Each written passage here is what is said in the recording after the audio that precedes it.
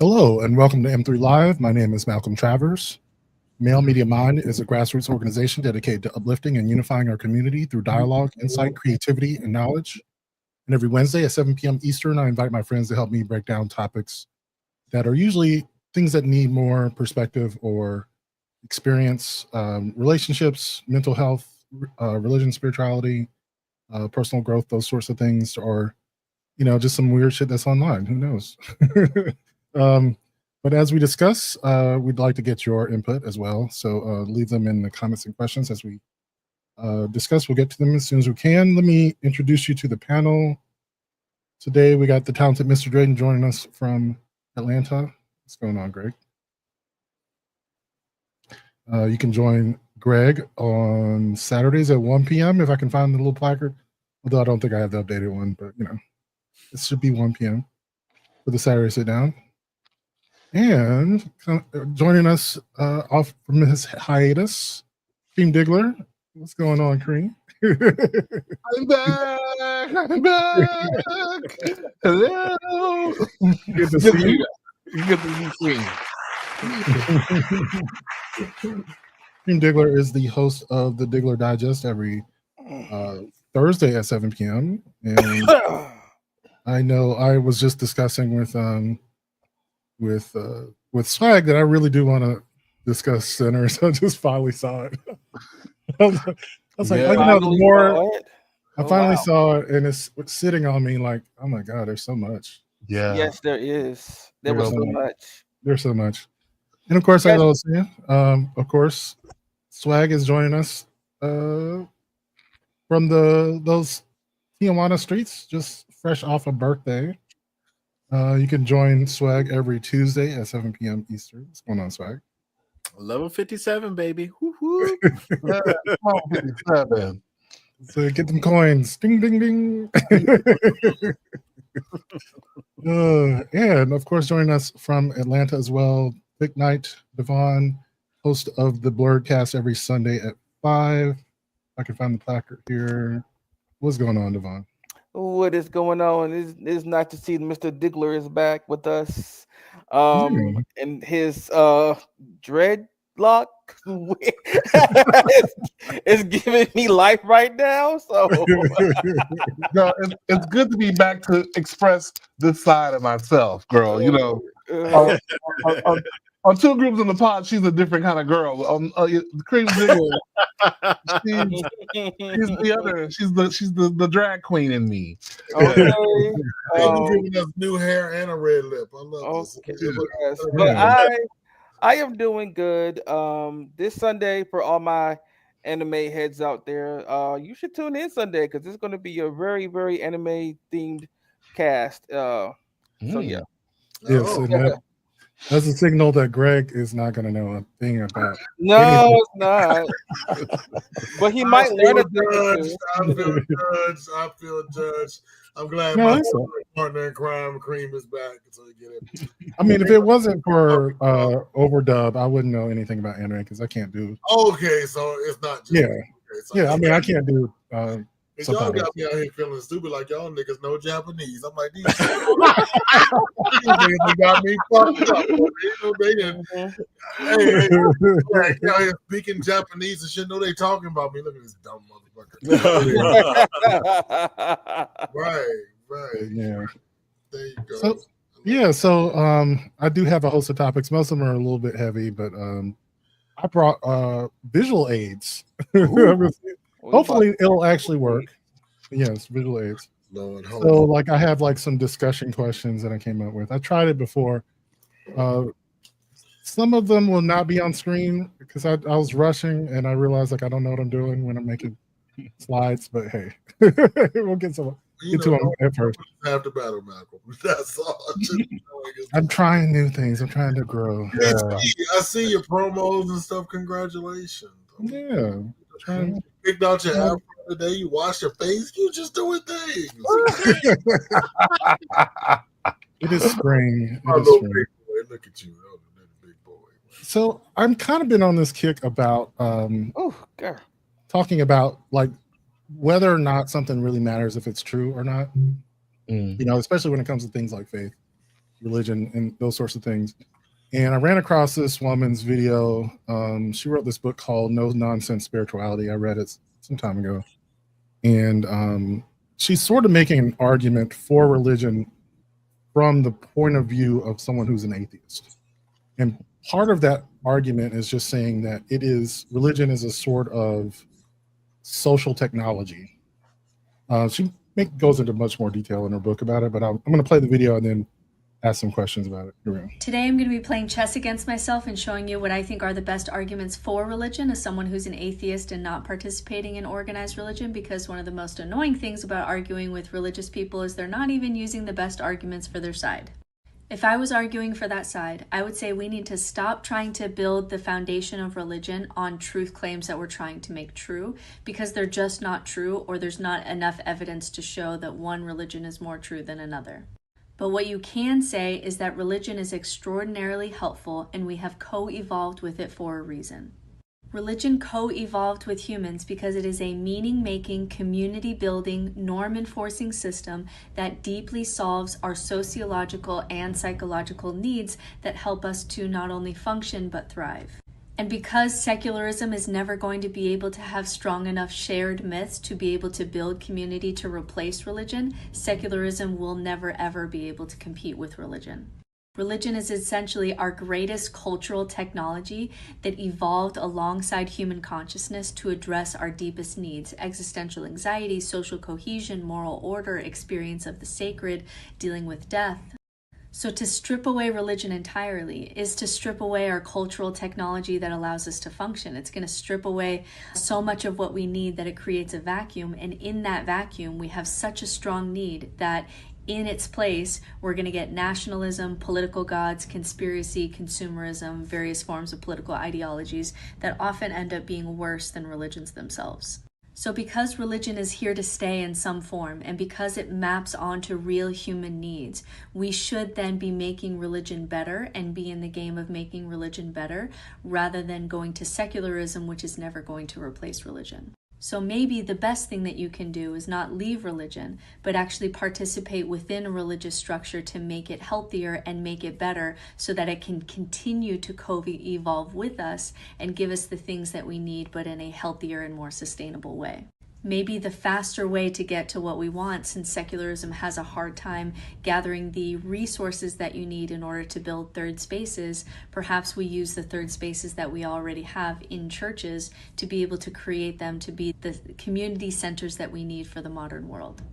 And even though individuals can either have the privilege or the drive or the core values that allow them to build a thriving life outside of religion, perhaps for the average person, having some kind of reformed religion, having some kind of built-in system of meaning, having some kind of form of the ideal, some kind of community, is going to be better for most humans than the secular path for everyone.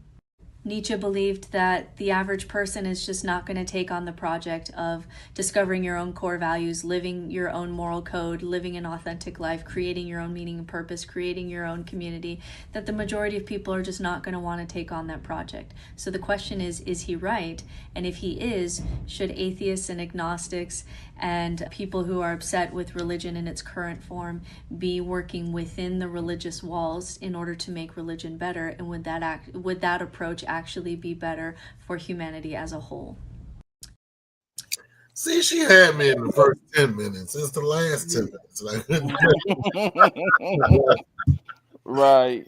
Well, I agree on that actually, and part of it is like for myself, who's atheist, agnostic. I would say I'm probably atheist as to any sort of named God, more agnostic towards like a general idea of the infinite, so to speak. It's very awkward to be in churches. Like I said, I enjoyed going to Easter service with my mom. It was great. It's beautiful. It was just a spectacular service, right? But when it comes to say, I don't know, taking communion, I'm like, I don't really believe in this. Now, see, somebody who was deeply religious or Pentecostal or somebody deeply religious said, well, you just haven't found the right church home. You just haven't found the right pastor. Well, you haven't found, and I'm just what they would say. What I say is, bitch, if you're uncomfortable, go to the house. You know what I'm saying? Like, not everything is for everybody. And my problem with religions these days, it's been co-opted by everything else. You know, what I mean, it's been co-opted by politics. It's been co-opted by white nationalism and black nationalism, and you know the gospel of prosperity. I agree, and I think she's kind of making that point: is that if you were to strip people of their religion, they're going to fill it with something. And I think one of the reasons that churches are inundated with all these other ideologies is simply because they're trying to draw people in. Like traditional religion has pushed people away because it's, you know, a lot of times bigoted, you know. I don't know any church, well, I would say any church. I can't think of any very large denomination that doesn't have some sort of ism at its core, whether mainly sexism, you know. That's true. That's true. Yeah. And, you know, there's very few spaces in this world that are highly as segregated as churches are, you know. And it's okay. It's still the only place that we're not looking to desegregate it. We're not looking. Well, I'm just saying that's part of the reason why it pushes people away too, is that it's very antiquated in its, you know, approach to things. And so a lot of times these churches will try to liven things up and, you know, bring in more contemporary cultural, you know, ideologies and practices. But let me try my little slide there real quick for the basis of the conversation. Some of the questions that I had, I don't, like I said, where she lost me was the idea of as a secular person trying to go into religion to reform it. I think that's kind of ridiculous. Yeah, because you're going to get your ass sent home. You know what I mean? Is what it is. And because even in the book that we read last month, the book before that about the black girls, when after she left the church, she went back into it and she was like, ugh, you know what I mean? So that's the thing about even me, you know, switching religions. Green, what was that guy's name that locked the door? Marvin Sapp, was that him? Marvin Sapp. It was him. Yeah. Lock the door. God told me that y'all got to give me $10,000. That's extortion, my nigga. It's giving like double seven, you know, the whole like work from within thing is like, you know, go should you choose to accept this mission, you know, that's a, and I think that very it's very that long plan. I don't know. That's a long range plan. The plan is going to outlive you, so you have to pass it on to other people, and therefore in the midst, swag, you're gonna end up creating your own religion that's anti-religion. So that's how we get religions that are made up. Like I don't care, fuck it. Mormonism is made up. You know, somebody white. What is made up? It was. Go ahead, Green. Mormonism. Well, I was just thinking because you know you're totally right because we were driving down the street the other day, and Shannon was pointing out like, oh, there's a church, and then you go 3 blocks, there's another church. You go 4 blocks, there's another church on the other side, and that probably all came from somebody on the inside deciding they want to change something, and people were like, no, we're not changing. So they said, well, let's go make our own church down the road. That's all that happens. You just splinter off. Exactly, Malcolm. Let me just also tell you, it was not until 1947 the Bible they took out the word masturbation and put in homosexuality and homosexual. 1947 in your parents' lifetime when they took out the word masturbation out of the Bible. Go look it up, and then for one, homosexuality as a word wasn't invented until it was not. Right. People called it sexual inversion before that. Or they called it perversion, you know, sexual perversion. But that wasn't even in the Bible, you know, and people always point to things like, oh, what about Sodom and Gomorrah? Sodom and Gomorrah spoke of rape. Homosexual is supposed to be like a clinical term. Right. Correct. And Sodom and Gomorrah was more about hospitality and rape than it was about homosexuality. Right. But in her case, going back to her, I mean, the point she is making a good point. I think without religion, I mean, even in my own life, and I shouldn't say this. I'm gonna drop dead tomorrow, but you know, my physical mind tells me when you die, you just cease to exist. But my spiritual mind wants to believe you live on, and there's a heaven, all these other things. But I know when I go to sleep, I don't know I'm sleeping until I woke up. So you know, I know. Yeah, we all die every night, basically. You know. when you go on an operating table, I think the most disturbing part is that you just blink and you're awake again. Yeah. And you're just like, oh, you just lost like 10 hours. That was you were under the knife for 10 hours. Like, yeah, I was not there at all. I was just I woke up in the ICU one time and I was out for 3 days, and you know. Yeah. So the funny thing is, we confront death every night. Like we pretty much do, unless you go to dream. You know, it's just like, now imagine not ever waking up. It's pretty difficult. I'm gonna call you at 3 a.m. Problem solved. You understand that.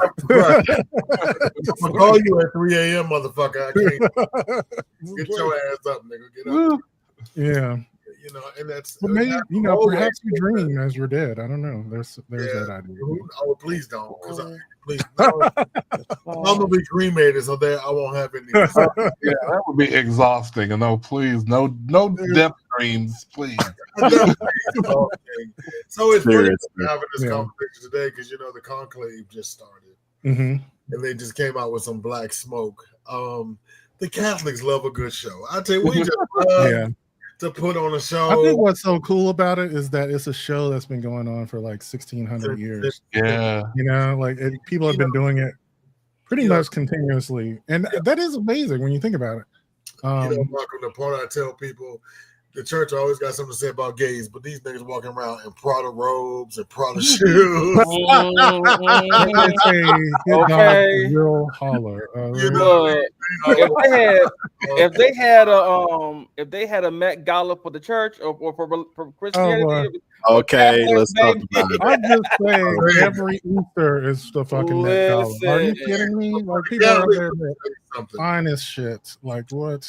And it's all made by Prada because they're an Italian company, so they've been making and stuff for the Pope. So this motherfucker walking around, you know, with $10,000 adorned robes and shit, where people in Calcutta are starving. So I don't know. I'm not complaining But here's another thing. Like, I was thinking about it, and this is, you know, like I said, coming fresh off Sinners, I was thinking about how religion can serve you even as you're leaving it, because I think there's so like one of the like themes of the stories is this idea of duality and you know, good versus evil, and sort of one of the ideas of Eastern religion is getting beyond good and evil, recognizing that everyone is a sinner, everyone has good and bad. Have you seen Sinners? Twice. Okay, good. All right. Yeah. So like one of the I'm just saying one of the themes of the movie is like, you know, I can't remember the character's name, the blues player, the guitar player, Sammy is kind of being forced to choose between, you know, going to the juke joint and going to church. You know, and it's, you know, even Smoke was like wanting him to choose church, even as he is being rejected by it, because he doesn't believe that he could have a good life as a musician. You know, like every musician he knows is, you know, a scoundrel, drunk, or poor, or whatever. Which is still true today. Holla. But yeah, like one of the themes that after though, in leaving religion is leaving behind this duality of like good and evil, that you're both, you know, that you can be both. Right. It just matters which one you choose to feed into more. Like, which one do you give more life to? Your good side or your evil side? We're all capable of both. Yeah, I'm just saying there's no real, unless you're lying, I should say like this, unless you're lying about it, there is nothing wrong with going to the juke joint on Saturday night and going to church in the morning.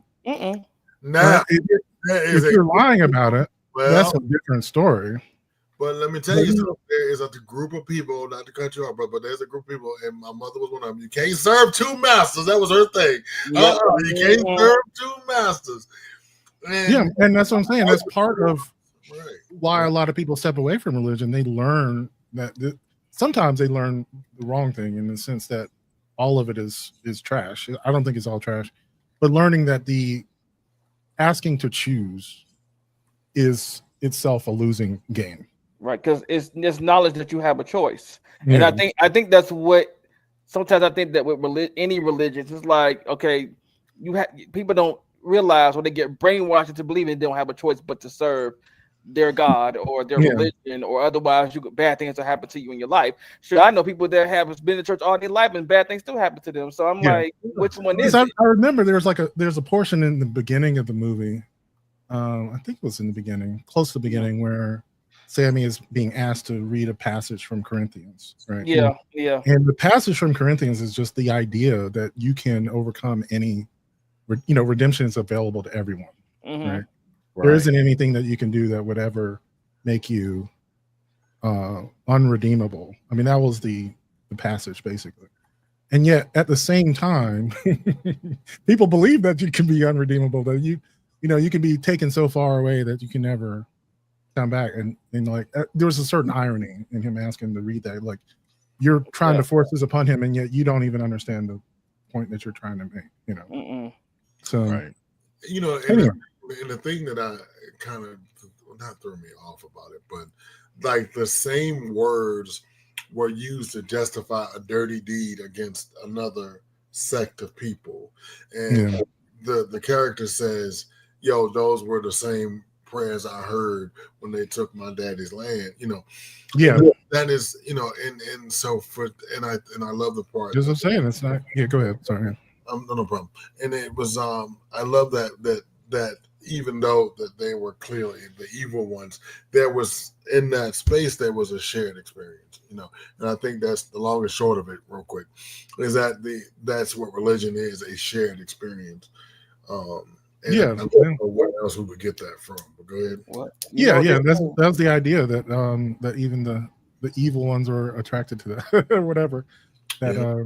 So anyway, look at them whores that I think I'm gonna go see it again. I'm gonna drag my mom to go see it on Mother's Day. No, not Mother's Day, bro. I'm just and then go eat pancakes. Not Mother's Day. Go. Yeah, it's gonna be fun. She'll love it. She will. I'm sure she'll have lots to say about it. Then we'll get some good food. Now, is it gonna be awkward when he goes down on her in front of right? You sitting next to your mom. Now, here's the thing: my mom and I listen to the Savage Love Cast together.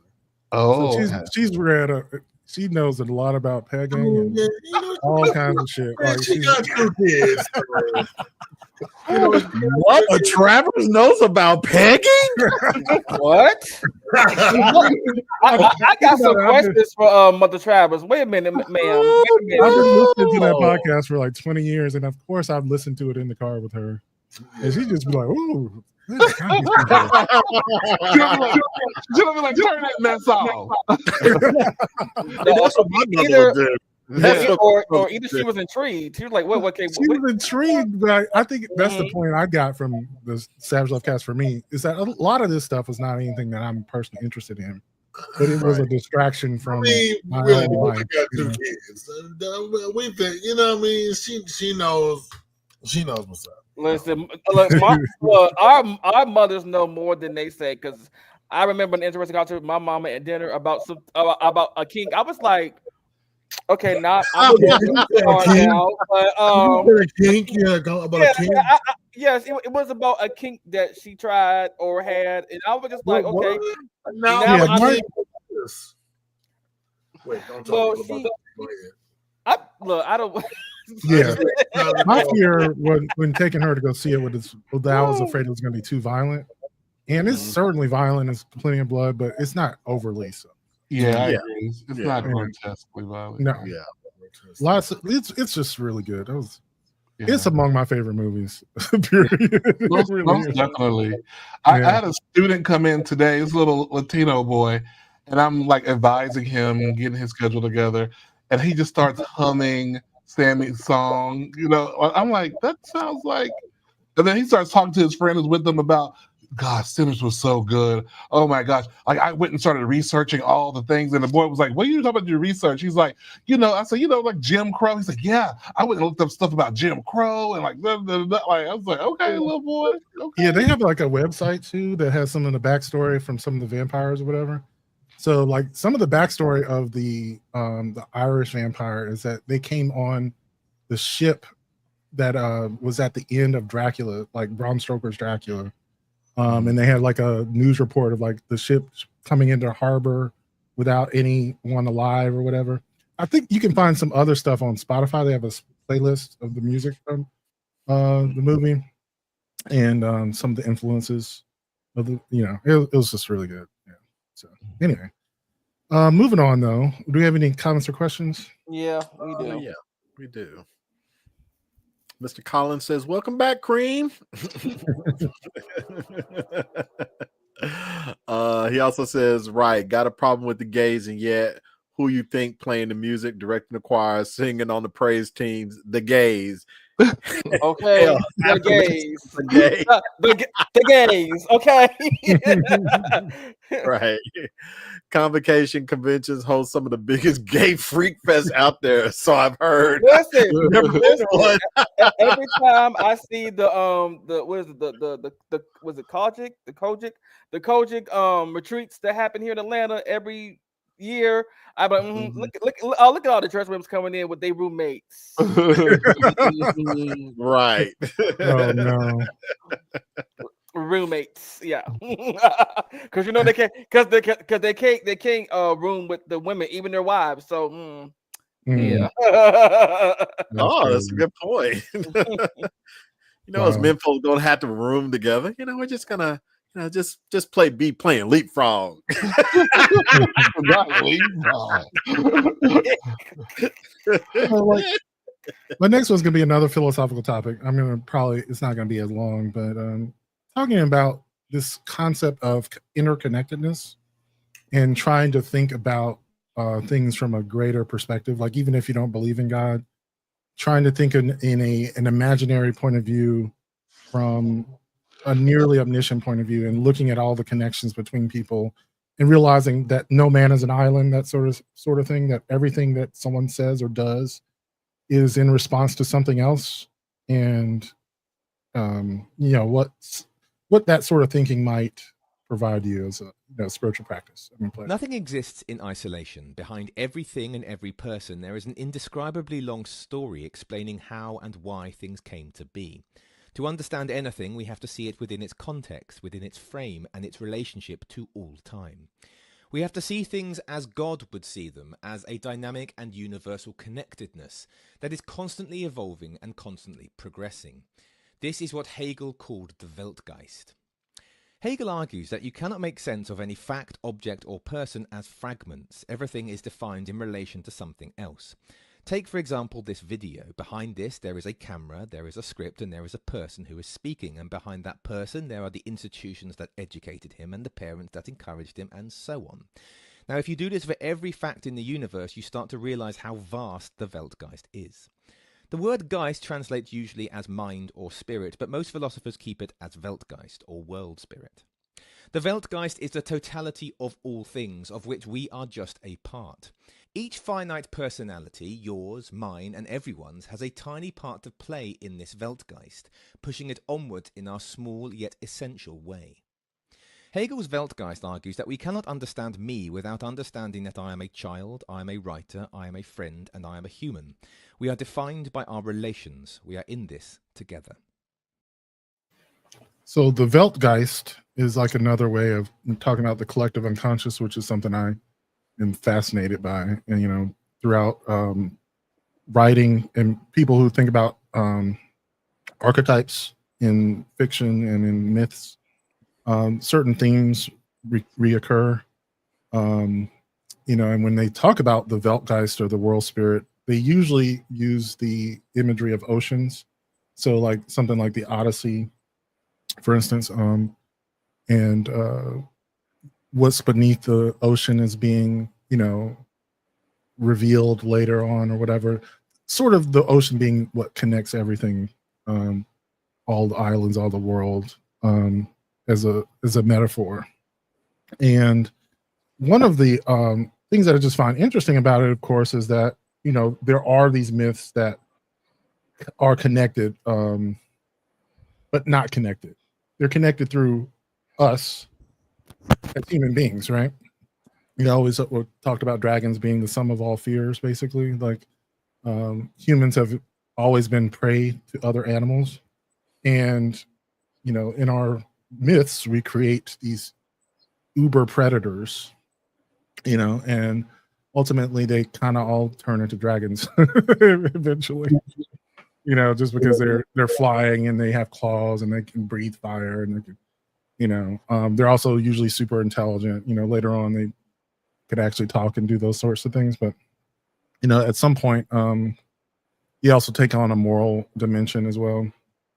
But that being said, what do you think is, because I see this as an alternative to me to a lot of sort of religious thinking, is getting out of my individual thinking. It doesn't really require any sort of belief in a belief system, any sort of factual things. It's pretty obvious that we're all connected, like thinking about when the world came to a halt because of COVID, how someone's stupid rumors about things would cause ripples throughout the entire world. The supply chain, rumors about medicine and things just have endemic effects on people forever.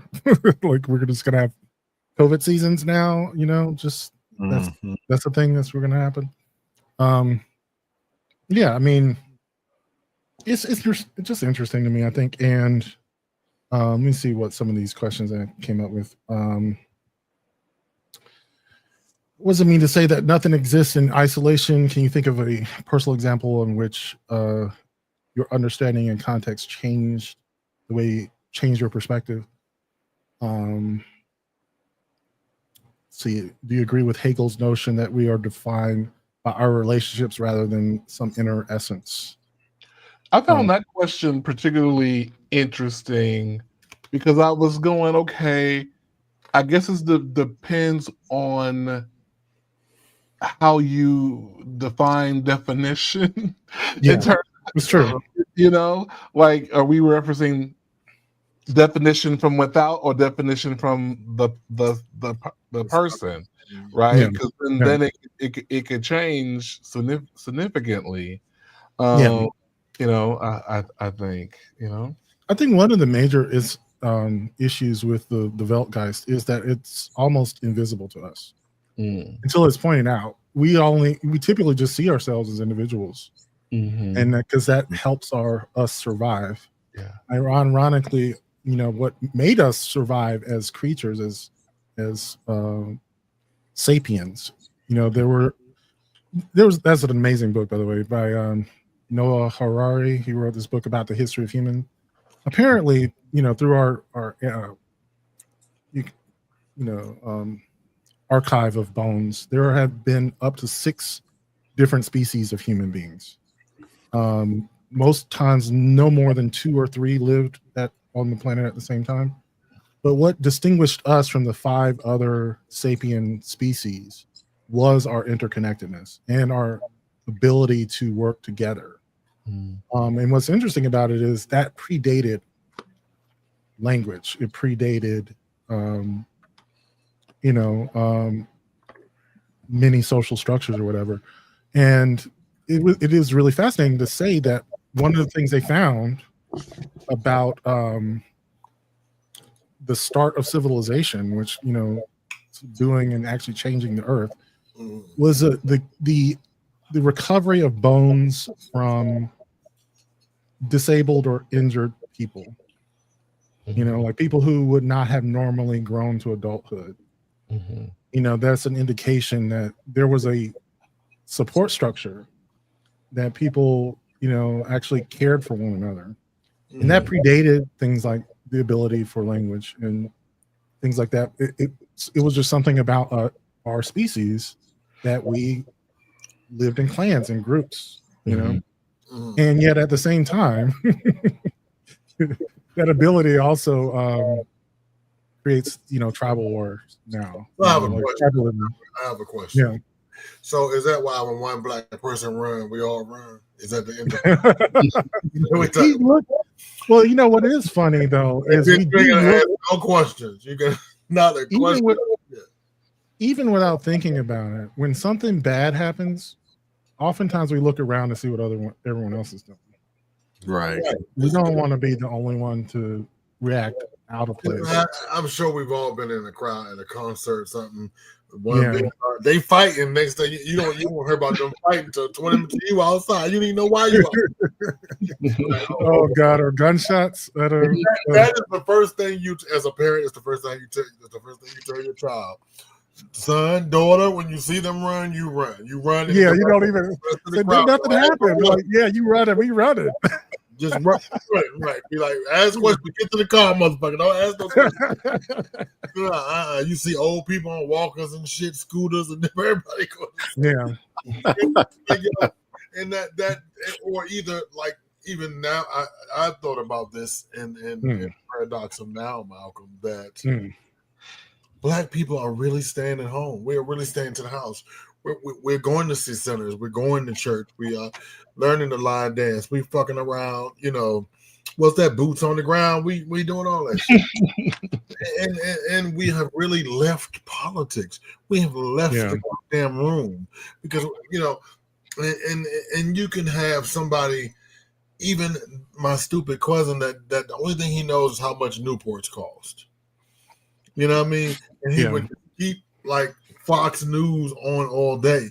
But now he has enough wherewithal in the Black zeitgeist to know that I'm gonna turn Fox off, and I'm gonna join my brother or my sister in this thing. And I think it's through. I think when the dinosaurs, they had some kind of connect. It's like, I believe that it's DNA. I believe it's where you're connected. I think it's like, what's that show, The Last of Us? The zombies are actually mushrooms or whatever it is that come to take back the earth, the zombies. And I think it's something like that. I think it's something that we're all, connective tissue, and we don't have to be touching each other to be connected. It's just a human experience. Yeah, no, it is true. There's a connection between people that we don't have to be getting metaphysical about it. Mm-hmm. It is actual physical connection, and that exists through time. Like I said, when I think about my ancestors, and is one of the reasons why I was thinking about. I'm going to plug the book, Homegoing. I'm reading that this month. One of the reasons why I really connect with ancestor worship is your ancestors are in you right now. In every cell of your body. Like the proteins that encode the instructions that created you came from every single individual in your bloodline, through your lineage. Yeah, it's not a metaphorical thing. It's physically in you right now. Yeah, I mean, you can take it one step further. A gay will find another gay. A gay will make community. I mean, it's on that level. You know what I mean? You will find the one gay motherfucker where you can see him with the swoop in his hair. He got a little patch of purple right here. That nigga gonna know where the club at. You gonna ask and that connected. I mean, seriously. It's true. It's the thing about when you move to a town. Like, Atlanta just didn't become gay Atlanta, or San Francisco just didn't become that. One gay told the next gay, and then 20 gay girl. It was the Cream Diggler meme. Girl. Cream, we have been using that to death. Every show. I don't know if we owe you a check for girl. Oh, God. I asked Swag for the clip, and it has taken on a life of its own. Yeah, I know, right? For those who have asked me for a meme of girl, I have to ask Cream Diggler because it is yet still his content. I mean, it's on M3. Girl, go for it. Go for it. Okay, another girl. There you go. You clip that. But it's the back to the connectiveness of it. Yeah, and it's all about community, and then you get into speech pattern and behavior on top of that. You know what I mean? Because we all know what means when in which way he's using girl. You know what I mean? Or we all know what child means, or Miss Honey, or you know what I mean? It's and it gets down to. But the interesting part I found about what you said was all of this was found pre-language. Yeah, You know, some motherfuckers was like this. You know, they was doing that. Yeah, they were doing grunts. They might have Yeah, been making, right. You yeah, know, but yeah, mhm. no, it was crazy. And not only that, it was also we were not the smartest of the sapiens, right? There were smarter ones that we dominated and outlived because they could not survive as individuals, even if they were smarter. Because we banded together, we survived longer, you know. Correct. And so, Absolutely. there's something about that. But you know, I recently also read a book that's called "The A Queer History of the United States," and it was so fascinating. Like, part of it, as a historian, people are trying to read between the lines to really determine whether or not people were gay. Because for one, people did not come out. Second, well, like some people did, but most of the people who were queer didn't. And there are all these letters that people are like reading through the lines of, you know, chaste, you know, romantic talk between friends, you know, and they got away with it and still are, in a sense, because people really don't know. But like, if you write a passage that someone says, you know, I can't wait to feel your warmth against my skin again, that sounds real gay. It does. You know what's funny, Malcolm, though? Michael B. Jordan is getting some blowback for his familiarness with his male co-stars and co-workers and stuff. Yeah. And I just don't see anything wrong with that. I think that's wonderful. You know, and he said in an interview, take it off. Ow. You know, he said my father hugged and kissed on me all the time. He said, Yeah, make it gay. You know, it's he's like, y'all wasn't raised by y'all fathers, y'all was shut up. And he just shamed them niggas. And I love Michael B. I have a whole new respect for you, sir. Yeah, I do too. Yeah. And because he did Malcolm, he shamed them hoes. He was like, just because you ain't had no daddy, don't look over here. I was like, wow. Wow, right, swag. That was the look I was. He was like, what, nigga? Right. That's right. I agree. The straights should start hugging each other in public, nuzzling on each other, right? Just nuzzle. Their proper hygiene. So many of the world's problems would be solved if men could do that. Right. Yeah. I mean, I don't see why men can't be affectionate towards each other without it causing an issue. But I believe it stems back to the whole: the man is the lead, the man is strong, the man is masculine, so he can't do any of these things. We can't hug. But here's the thing, though: there are areas where men are allowed to be erotic. You know, what they call homoeroticism. And you know, we kind of talked about it where wrestling, for instance. Wrestling is gay as fuck. So gay. Straight people love it. Yes. Just hard penises and those speedos and just singlet. It's where straight men can, you know, ogle other men's bodies. It's and putting they parts in people's faces, and it's true, and it's not sexual. This is the thing; it's erotic, but it's not sexual, right? It's not a sexual attraction, right? It is a straight curiosity about the male body. It's like they have a male body; they want to see what other men's bodies look like, what they can do. But you know what? That's really strange that has not ended up on the straights. Okay. Yet. It's true in almost all sports, you know, because people grabbing each other's on the ass. Right. All that petting on the ass. Right. Smacking them on the ass, tackling them. You can't sit there and tell me that somebody ain't tackled somebody on the football field and cop the field. You can't tell me that. You gotta like they tackle them and they're already down, but they jump on the pile anyway. It's like, it's funny that you mentioned Michael B. Jordan because, you know, it also. Hello, did we pause? And we have a pause. Appears in masculine coded movies and really do ogle. You froze. You got to start. I was going to say in movies, straight men ogle other men on screen, right? Like I remember seeing this group back in the day. It was something that was like Action Heroes group on Facebook or something, and people were showing all these pictures from different action movies and saying like, who's the best action hero? And it's like, this is supposedly straight group, but it's a lot of like, muscle ripped dudes. Right. Conan the Barbarian. Right, that's what other men get their idea of how to be a man from other men. Yeah. But you back to centers. I hate to get, if you ain't seen stuff on y'all, fucking ain't holding no more. Yeah, I guess so. So here's the thing. In the love between the twins, you know what I mean? Like just that brotherly love. And you don't even see that between, I don't think my brother's ever hugged me and God rest his soul. Yeah. I don't think he's ever hugged me a day in his life.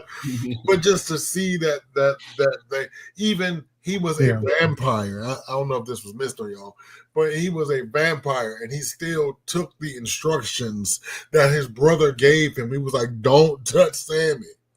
You know what I mean? Let me die in peace so I can go be with Annie, and don't touch Sammy. Let Sammy get old. Girl, how you say you don't know if that was missed on us? That was a major plot point. So, I had to see it twice. Did you leave early or something? No, I was sleepy. Fucking okay. Bitch, it was late. Okay, you caught me. But I'm just saying, you didn't see it. It was implied, but that was just amazing. Their love bond was so strong, even in his hungriness as a vampire. If that's the right, his thirst. Yeah, he still followed his brother's instructions. You know what I mean? Well, it's kind of a little more deep than that. So you remember that his playing actually drew in vampires. Yeah, he wasn't just not touching him; he was protecting him too. Right. Yeah. Right. So that was it. Pick poor Robin clean. Amen. Yeah. Pick poor Robin clean. Pick poor Robin clean. But every time I thought I was sitting beside Swag, and I said, now to see all the dancing in the back, I can't help but look at all these memes because they were doing like the river dancing and stuff. It was just like, oh my gosh. And poor cornbread. I always think about Malcolm. Cornbread. Malcolm reminds me of cornbread. Look, that's my friend. Oh god, you know what's so funny? The reason I probably didn't fall asleep is because when that scene came out where Cornbread had to pee, I was like, oh shit, I gotta pee. And I had to pee. Our suggestion. Oh my god, it was like a little suggestion. I was like, I can't pee now. The movie's just getting good. Right, let me tell you, that movie had Malcolm. You couldn't pee right then. That kept me awake for the movie because I was like, God, I think for me it was when Annie said, "You can't push your big self past us. You've been covered it." Right, you can make that was such a good scene. I love that. But let's back up to cornbread peeing though, because they show a penis. Didn't they show a little uncut peen there? Yeah, I mean, it wasn't a little uncut. It was quite a bit to get through all that. It was clearing the stomach and still had about a good 2-3 inches beyond the stomach. I was like, this is a long penis. Okay. Penis whisperer. Yes, he was. I'm just saying. I can't wait. The penis whisperer. you know, I have already pre-ordered the DVD set, the whatever the called, girl. Look, Creek gonna be like, Creek gonna be like, she come in, girl, I would be freeze framing, girl. Right. They better not change shit on the movie. He's gonna be freeze framing, enhance. Right. You're gonna be doing a slow motion. Oh my god, that was pretty good. I was gonna say, like, one of my favorite scenes is when they were all eating the garlic or whatever. That was so funny. It's like you don't have to like it. Like it's like we do. Right. They eat the garlic. God damn it! It is about time, fellas. Delroy Lindo is a national treasure. Yes. Oh my God. Yes. He is. It is about time, and I was like, oh my God, it's Delroy Lindo. And so the first group of the ladies I went with, gentlemen, ladies that I went with, were like, who in the fuck is Delroy Lindo? Bitch, you 50-something years old, you don't know who fucking Delroy Lindo? Get the hell out of my sight. You don't know who Delroy Lindo has been like. He's like the world's best known character actor. Yeah. Yeah, and the oldest looking one too. No matter how young he is. I He know. looks the same. When he was 30, that I nigga agree. looked 62. So Yeah. now he's 62. He looked 30. It's okay. Yeah. He It's ate true, them though. backwards. It's okay. Yeah. But Yeah, it was some mighty good acting in that movie. yes, it Right, was. It really Yes. is. Even Yeah. and people, I was surprised people were. It's funny how some people were surprised that Haley Steinfeld could act that way. I'm like, y'all have not. Apparently, y'all have not seen her catalog. Oh, I have y'all not seen the catalog. I haven't. I must admit, I was like, "Who is this bitch?" Right? I And did people were like, not know her. and people were like, "Wait, is that? Because somebody said the other day, they were like, "Is that damn it, not What she say? I wanna- You said I want to call her Hawkeye, but is that Kate? People are like, is that Kate Bishop? I was like, yes, that is Haley Steinfeld, bitch. That is Kate Bishop. He is a beast. He is a beast. Mhm. That bitch said you stuck my tongue in my coot and you fucked me. I screamed, bitch! I screamed. Okay. It was so good. It was. Right. You stick your tongue in my coot. My and you cooch, fucked and me then to you death. cook real good. I think It's so true, man. Oh my god, that was so good. But Malcolm, but even Mm. going back to the what we're talking about, the Yeah. connectiveness of how the black people got to the places. Oh, yeah. There were no telephones. There ain't nobody put it on Facebook. You know. Yeah, thinking about that, that does tie into that scene about when Sammy plays, right? Yeah. I remember Ryan Coogler saying that was like the impetus for the entire movie. It was that scene where he plays and connects, music to the past and the present, and yeah, and Well, I'll tell you built what, a movie around that. So, Yeah. guys, if you want to give yourself a treat, get this goddamn Yeah. soundtrack. Get the soundtrack. Yeah. Because It's on Spotify. You can. it is spelled on the soundtrack. Pale Pale Moon is done by none other than Brittany Howard, who wrote it with what's his name, Grisham, Wolfgang, whatever his name is, and she hollered when they go whoa at the beginning. Her big yellow light skin ass yells that it is just chilling. It's absolutely chilling. But I guess that is a whole nother thing of connectiveness. Like through generations, you might not even know you're being influenced by some of these artists who came before you, but it ends up in your the way you sing or what you do. It's just it flows through all these other people, and those influences are oftentimes just invisible to you. And obviously, it's better if it's not invisible. I was thinking about some of the influences that Ryan Coogler had. I don't know, he talked about them, but you can see them. Horror movies that he influenced. One of the major ones was John Carpenter's The Thing. If you ever go back and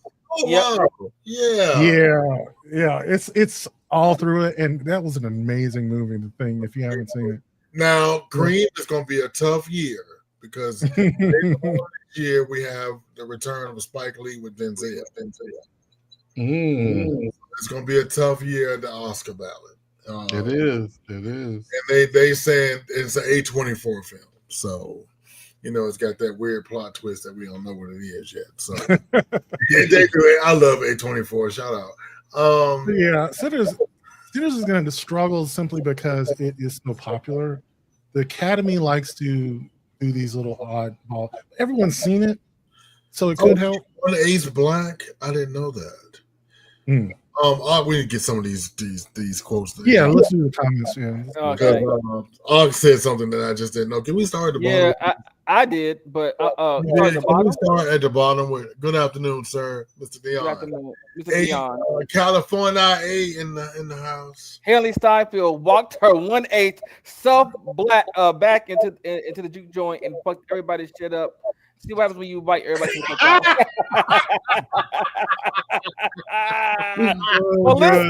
But listen, but she said, "Oh, you can rob banks and everything, but you can't steal this pussy." And then I love when Annie said, "Your body ain't forget me," and she said it in French. I was like, "No, that body ain't forget me." That was such a real scene to me. The way they were feeling each other, coming on to each other. I was like, girl, these are people who have longed and missed each other and loved each other. Like, I was like, She was like, just take it from the bag. Just take it from the bag. That was some real shit. He said, my favorite. My favorite scene was the juke joint musical scene. The roof is on fire. Oh yeah, of course. I That's mean, what that kind of meant, though, didn't it, Mr. Taylor? See, It was Green iconic. said Yeah. his name may be Cornbread. He's shown up, got some bees. Amen.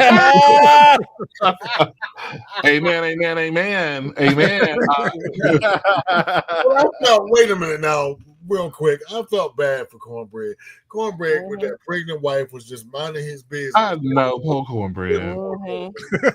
Cornbread said, "We all got to get along." gotta be neighborly. You know, if you're the biggest nigga, you gonna die. Come on, that's all. Right, you the bodyguard. You good as dead. That's how you determine. Why do you think the black person always dies? Because white people are afraid of us. Like, that's if they kill the black girl, we ain't got no chance. Right. I felt bad for the brother that passed out drunk too. He just was surprised. Poor guy, yeah. Poor guy. Well, thank God I've seen it. That's right. At this point, if you ain't seen it by now, too bad. Yeah, you should really just stay off the internet. Because they are just dissecting the fuck out of it, even still now. Yeah, that's true. Now you know showing affection goes against straight men's demure. That's why I can't watch wrestling anymore. All I see is softcore porn. I'm here for it. All right. Yeah, I know. It's just Skinamax in tights. Big E Langston and that big old ass. I know, right? I don't know who that is, but I believe you. He is a specimen of ass. CC2 says, "I love. We know you do wrestling. Don't know shit about the sport, but I love to watch the men's." I'm telling you, like, look, Big E. All I need is the green light. That's all I need. I can get a go. That's it. It's over with. Get that towel from behind you and wipe your seat off, please. Thank you. It's one of those where it's soft and firm all at the same time. Exactly. And then the print is printing, the body is bodying. Okay. Oh God, it's great. All right. This one, this is one for thinking animal. The Velt guy sounds like a Quincy transformation on Bleach. It does. Okay. Yeah. Hegel is a very popular German philosopher, so he's up there with like Nietzsche or whatever. Junkyard Dog was a beast. Oh my God, y'all going way back. The Junkyard Dog. I never thought anybody on wrestling sexy. Maybe John Cena. John Cena. Look, and when I was watching, what was it? Peacemaker. Because when we all reviewed Peacemaker, first of all, we were like, why is John Cena on the beach in white drawers and they clean as hell? Like, you are on a dirty island beach. Why is your drawers clean? Because the director had a tidy whitey fantasy. Okay. Then again, we were like, well, I mean, he ain't lacking in no areas either. So Og says, whoo, come on, Biggie. But he just got engaged. Look. When his bachelor party, because Boy, you gonna knock somebody out with all that hand part. Go ahead. That's funny. I see what you're talking about now. Yes, he do have a big old ass. He do. But can we get a quick 30-second backstory on this new hair? This ain't new. I just turned the wig around. Okay. This ain't your face. You do like this. Yeah, I turned the wig around. You know, Malcolm, I also thought you have to tune in to Cream for this, but I thought about you.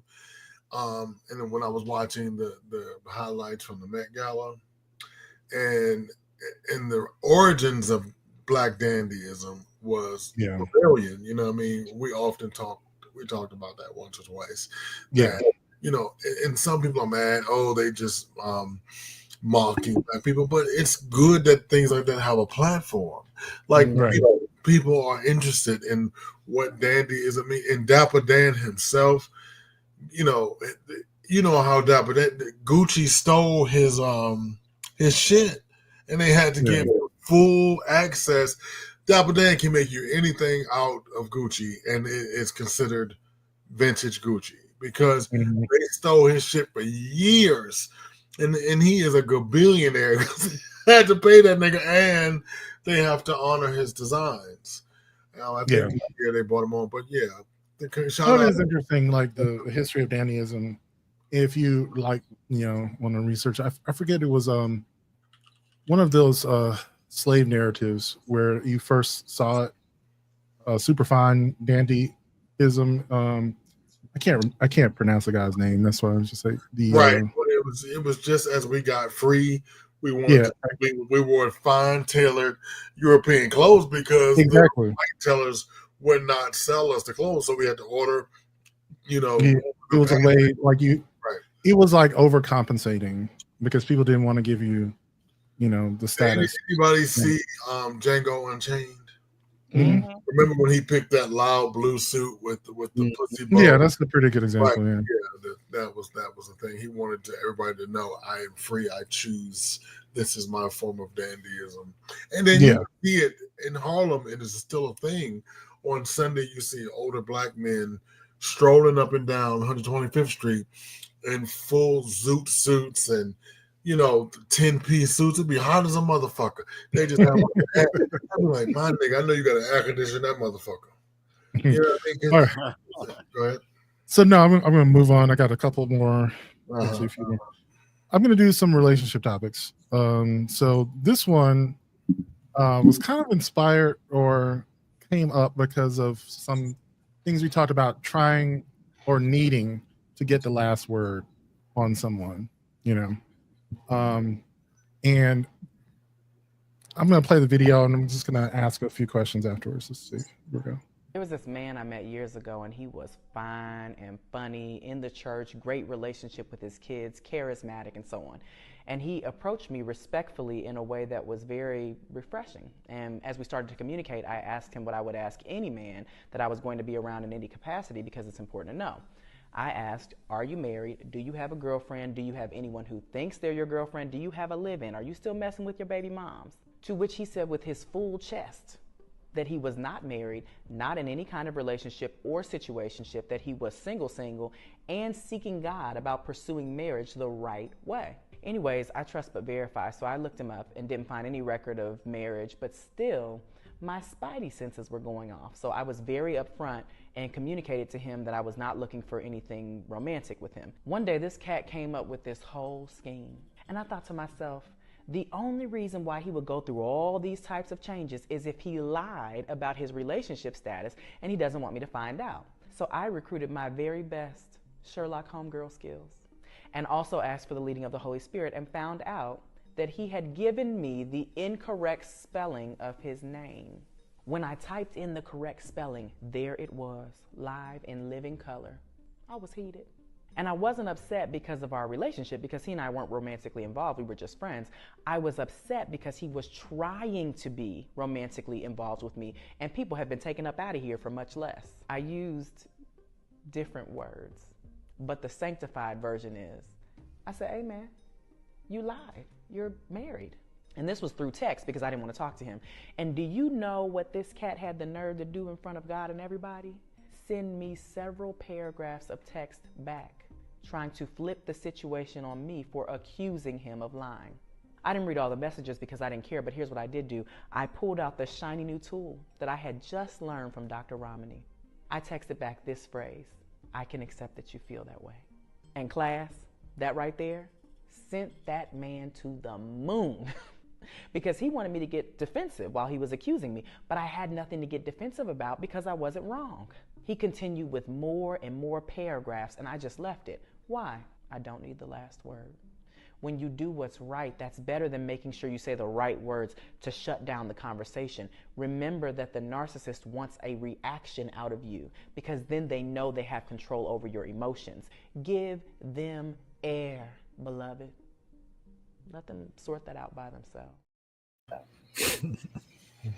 So I thought about this idea. Like I don't necessarily agree with the things that she was talking about in her situation, but I think the concept of needing to get the last word is flawed, especially when it comes to people who are narcissistic or controlling. They want you to get pressed. You know, you think that you're getting one over on someone by cursing them out. On some level, you're giving them exactly what they want, and you're disturbing your peace. And I really did love that line. It's just, you know, given who you are, I can completely understand why you would feel that way. I can accept that you would feel that way. Yeah, like I don't agree with you at all. You know, because of the piece of shit that you are. Of course, you feel that. You know, but I do agree. Like they want you to be mad. They want you to have a reaction. So if you come back just calm and serene, it's like, how dare they not fly off the handle? Because I threw this pile of dog shit on them, and they didn't react the way I wanted them to react. Yeah, I've been robbed. Now I got the double triple. Because I mean, I'm honest. I think that's the reason why, like, on the apps and stuff, when you turn somebody down, then all of a sudden it's like, oh, well, now I've been rejected, so now I got to make you feel like a piece of shit because I've been rejected, and then they just start cussing you out. Yo, fat ass, and ain't nobody, and you probably stink. It's like, but baby boy, you hit me up, so why are we feeling this way? Now all of a sudden I'm a piece of shit. Now all of a sudden, 5 minutes ago I was Prince Charming. Now I'm a piece of shit because I'm gonna keep doing it. Okay, I can accept you feel that way. I love that phrase. I put it in my toolbox. I can accept that you feel that way. Yes. Yeah, I'm sorry. It's gonna be my new phrase now. I can accept you feel that way. Don J says he does not leave the last word. I just cut the cords and keep it moving.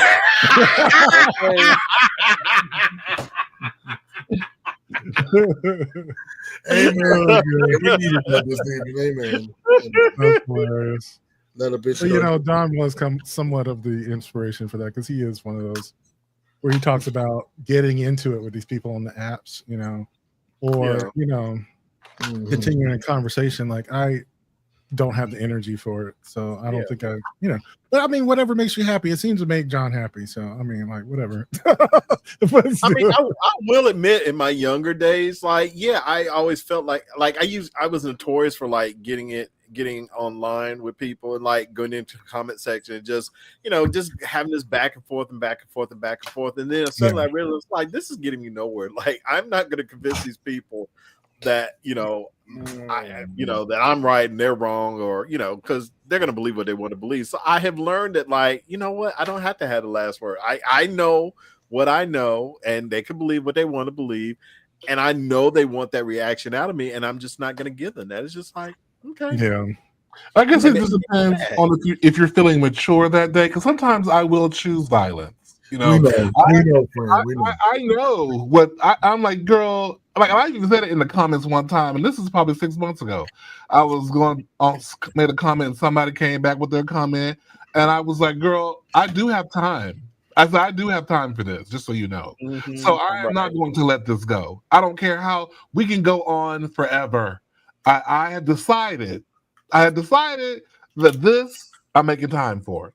So, I may not get to the comment today, maybe tomorrow, maybe 2 days from now. But girl, if you post, I'm responding. Okay. Yeah. And she eventually stopped because I was like, girl, I have time for this. But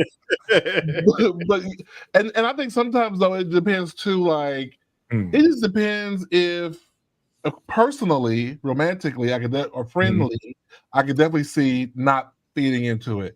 Professionally, sometimes you gotta throw your dick on the table. And you know what I mean? And sometimes you gotta be like, no. I said I'm having the last say on this. That's my point. So you gotta have the last word sometimes. Especially if you're the person that's in charge. Mm-hmm. Like you are the definitive be all. Or, if a bitch, because I'm telling you, I don't can be petty. I'm just like Cream on this one. Bitch, you started and I'm gonna finish it. Because I'm like, I have time. I do, because I'm a mentor. It was just like, this woman on the train, she was like, I'm disabled, I need your seat.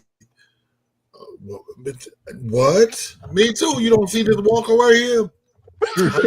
I know you don't see it because it's above my head, but let me tell you, man, I injured myself, and right now I'm disabled too.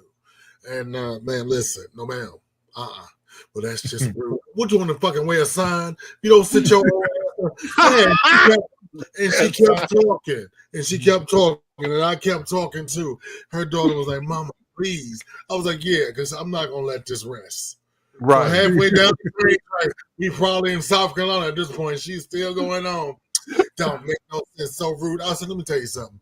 Because you old, your age does not denote that you deserve respect. You have to earn it. You're not going to get my respect because you old. Because you probably was a hoe back in the day, and now you're trying to get into heaven. Go over here with that shit. And then she stopped talking. I think so. I think so. I remember when we had there was a lady on TikTok. Was it Jasmine's Garden? I think that's what it is.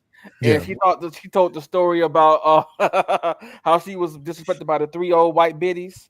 And she said, "Look," and they told us, "Look at the way she's dressed. I bet she has no respect for herself." She said, "Oh, excuse me, I can't help but overhear you hoes talking. You old dusty, crusty bitches over here talking about me and my body." And they was like, "Well, you should learn to respect your elders." She said, "No, I respect my elders when respect is given. I don't care how old you are. If you disrespect me, I disrespect you." Yeah. Point blank. Period. I probably did have a freeze out. I'm just saying. I just got a news update. Mark, I just got a news update from CNN. It just I didn't turn it off on my iPad. I'm sorry. So it said GOP infighting turned serious over Trump's big beautiful bill. So it got physical. I'm so glad I don't know anything about that. Moving on. It looks like they got into a physical fight about it. So oh yeah, that's great. Oh gosh. Yeah, and maybe next time we'll talk about this responsible. What is it called? Hold on. I just shared it today. It's the Georgia Federation of Teachers proposing the Parent Accountability Act that if under certain circumstances, if a parent's child assaults hits the teacher or gets a fight the teacher, they start the fight. The parent can go to jail under certain limitations. Okay. Yeah. Love it. I love that. I kind of like that for the team. I kind of like it. Get your kids together at school. Right. Get your kids together. Okay. Do we have any comments for this? Yeah. Yes. What is this? It's the leading of the spirit for me. This daughter of Christ knew what needed to be done. Okay. I don't need the last word. I just cut the cords and keep it moving, John. He turned that wig around like Dita in Dreamgirls. Talking about cream. Look, Calvin says, "I can accept what you feel. I can accept that you feel that way, or I love that for you." Yes. But you know what? What it felt like for that girl? She gave him some pussy. She didn't tell us. She fucked him. She wouldn't feel some kind of way about it. She fucked him. But that sounds real. Go ahead, I agree in the sense I wasn't thinking that she gave him some pussy, but she said some things that were a little off. I agree with that. I don't know if it's just her belief system or her way of thinking, but she sucked that nigga dick. That bitch, she better. I think she also came at him to begin with in that text exchange. She said she didn't say it so sanctified, like she cussed him out over something that. Why are you even mad in the first place, right? Right, because she gave him some pussy, and then she got caught out. Maybe. It would make a lot more sense if she did. A woman, if she wouldn't have gave him no pussy, that wouldn't have. Let's just put it this way. I agree with you in the sense that it would make a lot more sense if she had given him some pussy, but she might just be crazy enough to go off on him like that without having given him anything. And that's scarier. I'm just gonna say that's scarier that you're gonna go yell at someone over text when you ain't had nothing to do with him. Like, right. I know tons of religious women, they would have been like, "Well, that's the one that wasn't the man for me. She gave him some pussy. That's why he done fucked up her holy and sanctified gig." And now that's what I'm saying. Like, she might just be mad because she thought about it. Done knocked her holy wig off. They got, Anyway. she got praise him, God, praise him. That sounds real classy.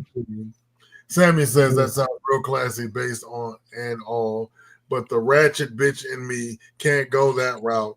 Plus, a devoted Tanya Harding believer pipe my head. Not Tanya Harding.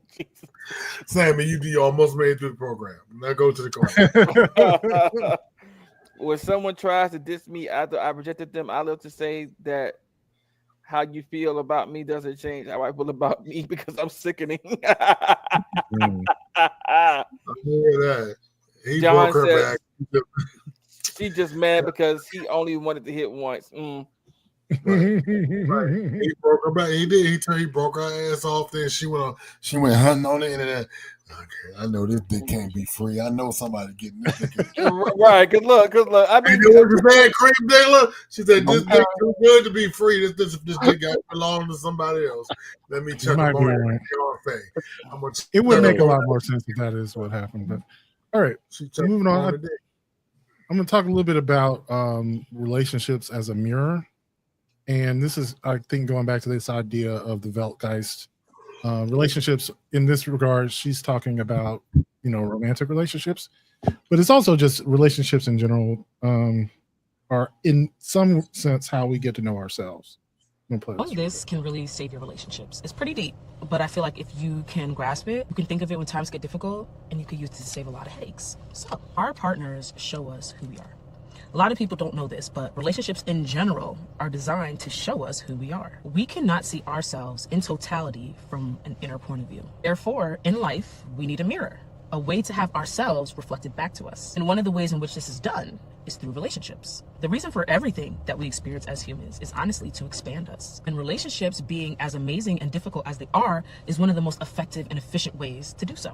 So we get sent people that not only are we in love with, but reflect back to us who we are. Not who we are on the surface. We can see that. We attract people that show us things within us that we have repressed.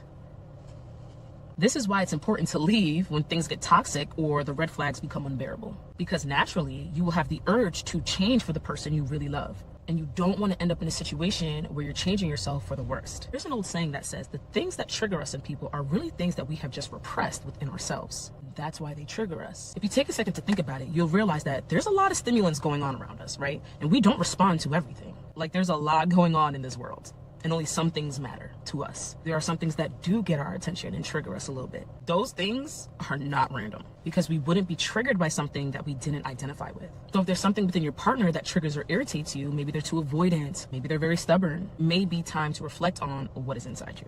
What is triggering us 9 times out of 10 is something that we have to acknowledge that lives within us, that is trying to come to the surface, and that's why we feel some type of a way. Emotions are indicators. So when something is uncomfortable to you, that means it should be acknowledged. You might get upset when your partner does something without you. To them, it's not a big deal, but to you, it's very upsetting because it's triggering your sense of neglect. Maybe you were left out as a kid, or your parents didn't give you enough attention. Something you may not even know bothered you because you couldn't see it from your internal point of view. The universe says, let me bring someone that you care about, that you'll pay attention to show you what you need to bring forth, acknowledge, and ultimately heal from. So yeah, next time your partner does something that irritates you, just remember, they are a mirror. Some of these, and I will say everyone is a mirror. It's just that you're attracted to people for a reason, right? There's something about them that you identify with, right? And that's basically why we use mirrors. Like, you wouldn't know what you look like if you couldn't look at a reflective surface. It's the same idea with people. You learn about yourself through an emotional, reflective relationship, reciprocal relationship with other people. So what does it say when you want to stab somebody in the neck and they chew them with their mouth open? In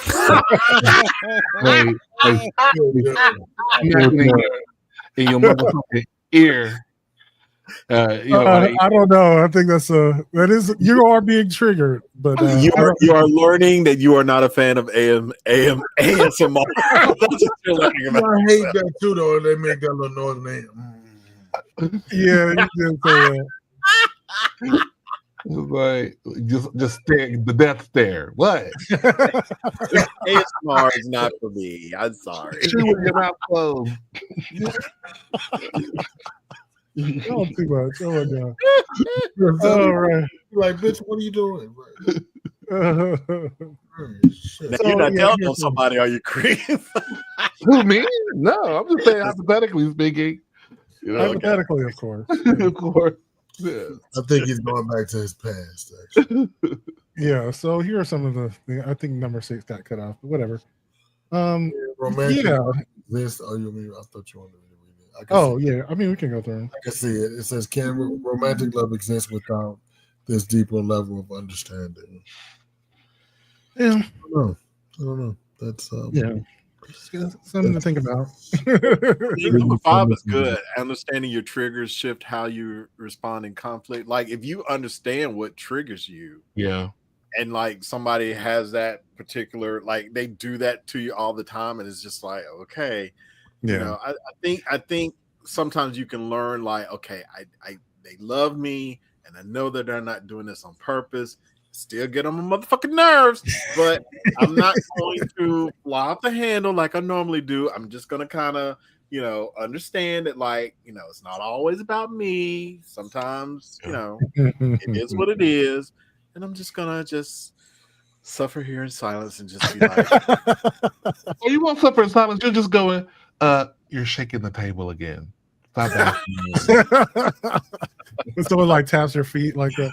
Yeah, Those are the funniest right, things, right. the little things that get on your nerves. It's like, do like that episode of I Love Lucy where they all found out the little things that get on their nerves. So it's like, oh, you're gonna do that thing that I can't stand? Okay, let me get my cup and spoon. Ding, ling, ling, ling, ling. You know, it's so funny though. I was listening to a podcast about this guy who's a yogi or something, lives in LA, and his house burned down in one of the fires, right?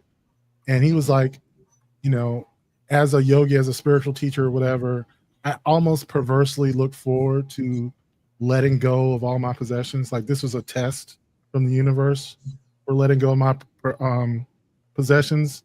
And then my partner chews with their mouth open, and I can't stand it. I can let go of every possession I've ever owned burning up. But this shit right here. If I was one of his neighbors, I'd be like, oh, so because you want to let go of all your possessions, my shit got to burn up too. No, it's just like you can pass the biggest test in the universe, and the Right. littlest thing yeah. still drive you On your crazy. last nerves. Yeah, that's, Just like, that is true. it was like, fuck. Yeah. Anyway, but no, it's interesting. I think that is pretty good. We'll come back to that. I think we're actually going to come towards the end of the show. You know, I like to have a little time to do funny videos, and we will recap some of that. But yeah, we're going to go to Patreon in just a little bit. Let me go to the placard for Patreon. On our Patreon, we have like groups for, you know, conversation. We have adult content. Have a book club. We're reading Homegoing by Yaa Gyasi. It's a really, really good book. I was thinking about maybe going over chapter by chapter. It's really great because each chapter follows a different character through this lineage of a family. Very much reminds me of The Color Purple, but like through generations rather than just a single story. It's like continuing, and it's really good. But yeah, before we go, I have some content for you. Internet videos. What happened to the background though? That's okay. Let's see. Where did I put? Got tricks. What did I do? Oh yeah, I usually like dim the lights. Setting the mood.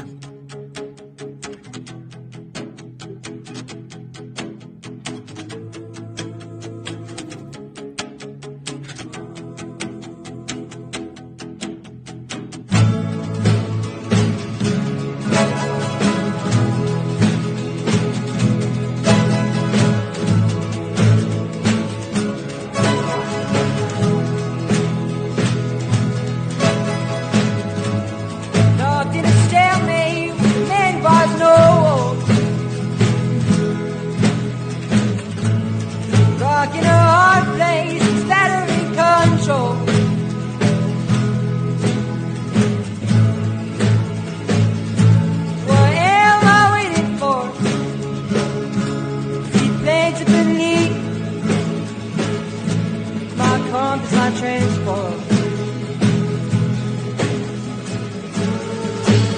Hey, friend. That's my friend with the 3 legs, built like a tripod. He's so cute. Look at him. What he climbing a tree? He think he Tarzan or something. He's definitely giving mammal vibes. Watch too much National Geographic. He need to be domesticated. Sir, you know they have elevators, right? He got some cute elbows and feet. Boy, you getting an avocado? He could have went to Trader Joe's for that. Shit, with 3 legs, I would have had 5 dumb bitches climbing trees for fruits. Fuck. Лео, аккуратно будь.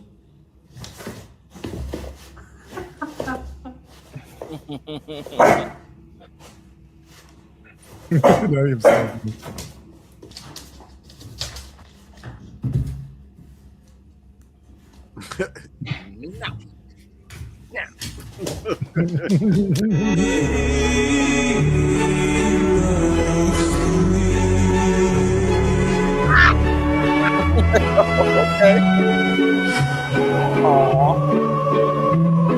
Birds are gay.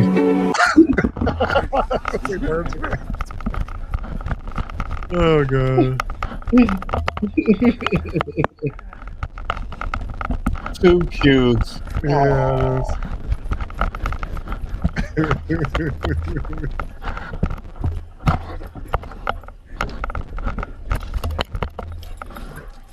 Also, like, bring me my shit back.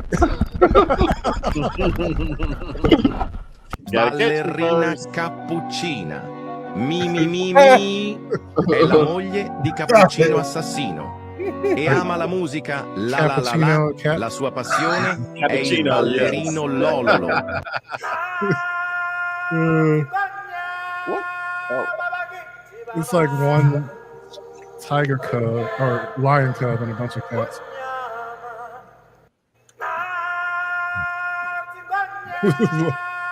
That's my big cousin. Basically, yeah. Out shit now. Oh, spreading his toes. Oh, beans. That's the gorilla right there.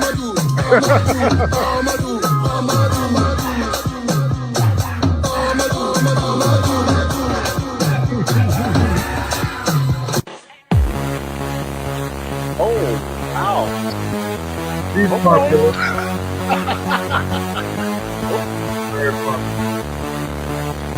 I don't know why I love his flexibility videos.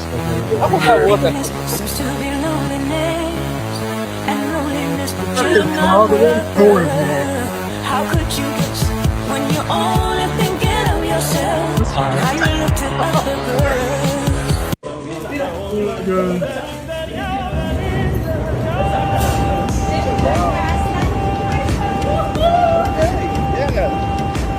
Get it. Don't burn that hell.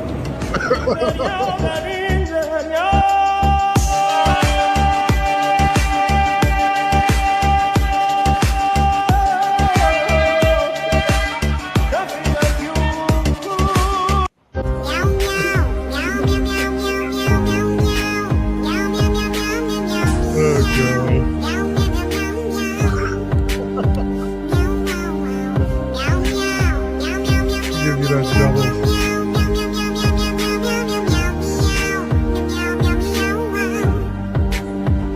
That's my meow mix money. I think I like this little life. Aww. This little life. I think I like this little life.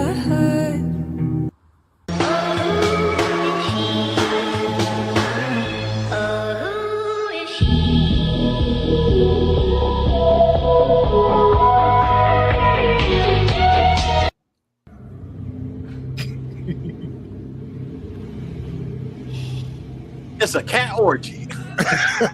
Oh, wow. Different cats too. That's what I'm saying, like a leopard and a cat pile. They want a black cat come over. No black. No black.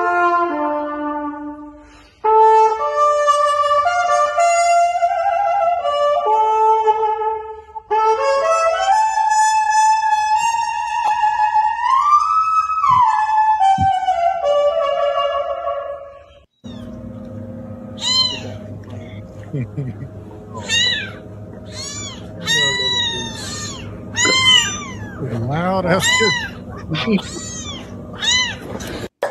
No, you're not getting dinner. You was bad. No, you're not getting dinner. Yes. You was bad. The dog is so ugly. Yes. He said, "Fuck you."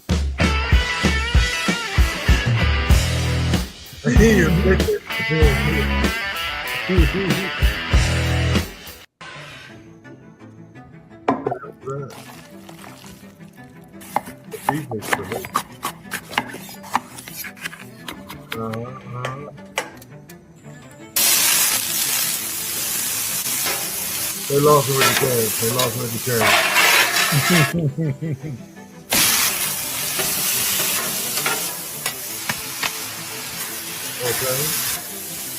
Okay. It's a cheesesteak, yeah.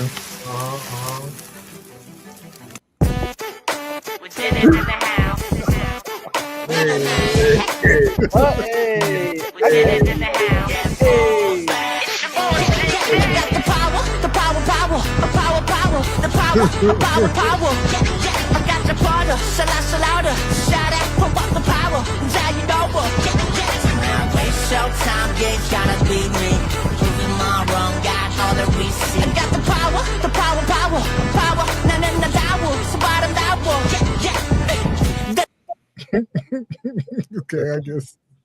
All right. Candace twerk, apparently. He was getting it too. All right. Well, come back and join us tomorrow on the Diggler Digest at 7 p.m. Come on. The Come creme, on in the the cream. room. Yes. Yeah. And of course, on Saturday at 1 p.m., even though this is still the 12, come join us at 1 for the Saturday sit down. You said you had something. I don't know if you were ready to talk about it, but from your sus box. Yeah, no. No, okay. Because I can't get a follow up from the person that wrote it the first time. Oh, okay. You know, Well, I know. Because people ask, you know, so that. Devon, you were saying that you've got an anime special coming up. Yeah. Sunday, the Sunday at 5. Join us. And then Monday, got news and funny stuff coming at you Monday at 3. And then Tuesday at 7, the swag suite. Come get your trending topics of the Straight's Okay, Shit Your Mama Says, all the good stuff. And we'll see you next Wednesday. We're going to go to Patreon in a second. Also, check out the M3 Bearcast coming out Fridays. I think he's moving. Oh, yeah. Yeah, we're going to Patreon. Thank you, everybody. Collins, I had tacos. I'm sorry. I had tacos, rice, and beans. To answer your question, thank you. Chipotle.